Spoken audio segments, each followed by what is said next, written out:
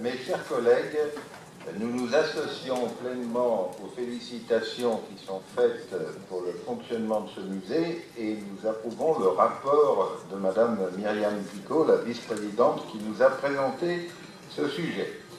Je dirais simplement 2 millions de visiteurs entre son inauguration fin décembre 2014 et mai 2017, c'est la preuve éclatante de la réussite.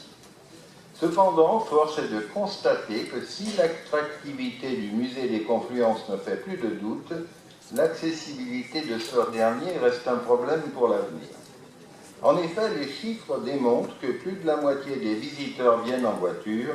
Actuellement, des solutions de parking provisoires sont en place, mais ne vont pas perdurer, les terrains étant affectés à des constructions futures. Nous pouvons craindre pour cette raison une baisse de la fréquentation du musée.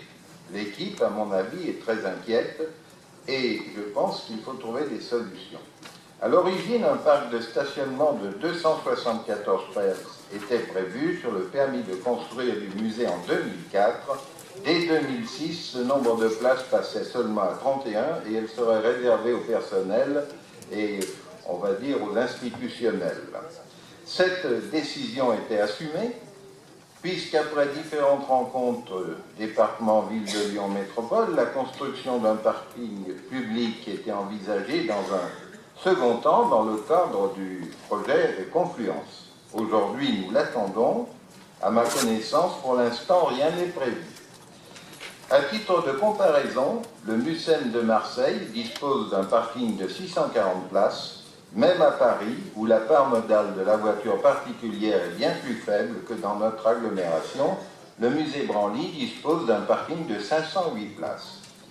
Aujourd'hui, il y a une évidence. Pour le bon fonctionnement du musée, il faut un minimum de parking. Et pour la pérennité des activités économiques et le bon fonctionnement du quartier aussi. Cependant, la réalisation de places de stationnement ne doit pas empêcher de se pencher sur les solutions d'accessibilité en transport collectif qui existent. La logique étant de communiquer sur les moyens existants avec la fin du parcours pour les visiteurs venant en véhicule privé par un plan d'accessibilité du dernier kilomètre, voire des 5 derniers kilomètres. Certes, des solutions existent, il faut cependant en urgence aborder sereinement cette réflexion.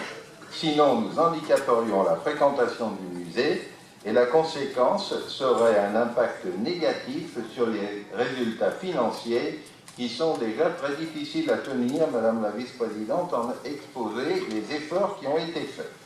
À l'occasion de ce rapport, Monsieur le Président, je m'autorise, et vous me pardonnerez, j'espère, à évoquer le quartier de la Bardieu pour tirer la sonnette d'alarme et souhaite vous entendre sur les solutions que vous envisagez de mettre en place pour un minimum d'accessibilité tout au long de l'évolution de ce grand chantier.